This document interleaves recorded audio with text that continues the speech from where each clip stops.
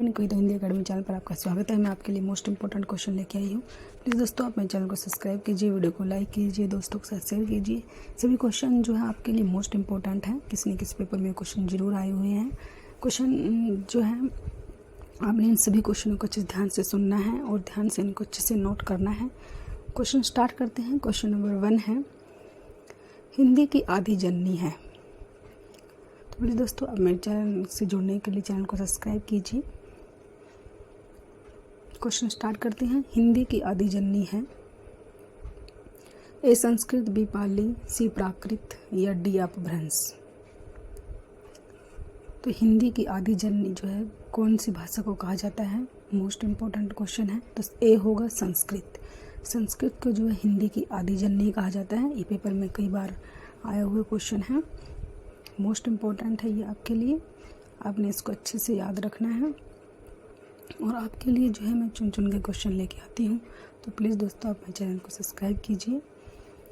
हिंदी की आदि जननी कौन सी भाषा है, वो संस्कृत है। अगला क्वेश्चन देखते हैं।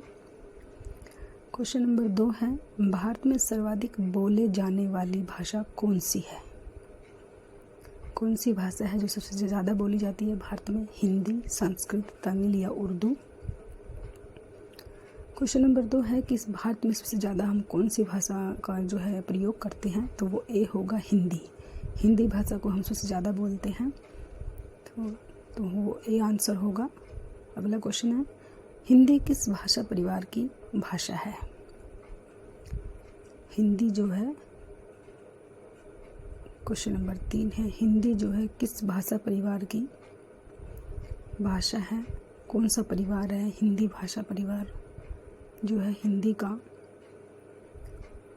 आस्ट्रिक, द्रविड़, चीनी, तिब्बती, भारोपिया। तो हिंदी किस भाषा परिवार में आती है, हिंदी का जो है भाषा परिवार बताना है। मोस्ट इम्पोर्टेंट क्वेश्चन है। तो डी भारोपिया। भारोपिया परिवार में जो है हिंदी भाषा आती है। हिंदी भाषा का जो भाषा परिवार है वो भारोपिया है। इसको आप अच्छे से नोट करोगे तो क्वेश्चन नंबर 3 का जो है राइट आंसर डी होगा। क्वेश्चन नंबर 4, कौन सी बोली अथवा भाषा हिंदी के अंतर्गत नहीं आती है। कनौजी, बांगुरी, अवधी या तेलुगु। कौन सी बोली है जो हिंदी के अंतर्गत नहीं आती, हिंदी में जो है नहीं आती। तो तेलुगु, डी होगा। क्वेश्चन नंबर 4 का right answer D Telugu. Telugu जो है ये नहीं आती है हिंदी के अंतर्गत। क्वेश्चन नंबर 5, ब्रजबोली नाम से जानी जाती है। ए पंजाबी, मराठी, गुजराती, पुरानी बांग्ला। ब्रजबोली नाम से कौन सी जो है ब्रजबोली नाम है कौन सी और भाषा का। तो पुरानी बांग्ला। पुरानी बांग्ला को जो है हम ब्रजबोली कहते हैं। क्या कहते हैं, पुरानी बांग्ला को हम ब्रजबोली कहते हैं। क्वेश्चन नंबर 6, कौन सी भाषा देवनागरी लिपि में लिखी जाती है। ए गुजराती, बी उड़िया, सी मराठी, डी सिंधी। तो कौन सी भाषा है जो देवनागरी लिपि में लिखी जाती है। देवनागरी लिपि में जिस भाषा को हम लिखते हैं वो कौन सी है। तो सी होगा मराठी। मराठी को जो हम देवनागरी लिपि में लिखते हैं। मोस्ट इम्पोर्टेंट क्वेश्चन है, मराठी को हम जो है देवनागरी लिपि में लिखते हैं। क्वेश्चन नंबर 6 का जो है सी राइट आंसर होगा, मराठी। मराठी को जो है देवनागरी लिपि में लिखा जाता है। क्वेश्चन नंबर 7,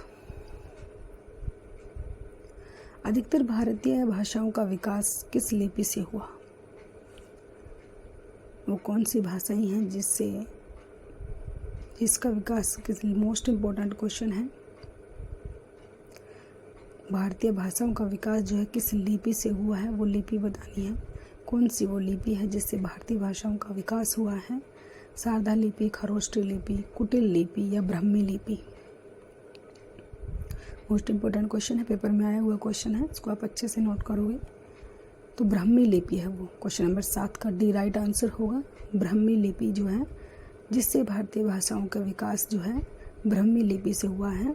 कौन सी लिपि है वो? ब्राह्मी लिपि है। क्वेश्चन नंबर 8, हिंदी भाषा किस लिपि में लिखी जाती है? ए गुरुमुखी, बी ब्राह्मी, सी देवनागरी, डी कोई नहीं। तो क्वेश्चन नंबर 8 जो है हिंदी भाषा जो है किस लिपि में लिखी जाती है, लिपि बतानी है तो देवनागरी सी आंसर होगा। देवनागरी लिपि में जो है हम हिंदी भाषा को जो है लिखते हैं। तो हिंदी भाषा का जो लिपि है वो क्या है? देवनागरी है। देवनागरी लिपि है। तो भाषाओं की लिपि पूछ जाती है, वो भी आपने अच्छे से याद रखना है। तो हिंदी की जो लिपि है वो देवनागरी है। क्वेश्चन नंबर 9 है, कौन सी पश्चिमी हिंदी की बोली नहीं है?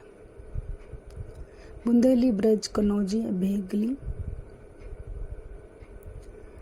तो पश्चिमी हिंदी के अंतर्गत कौन सी बोली नहीं आती वो बतानी है हमें।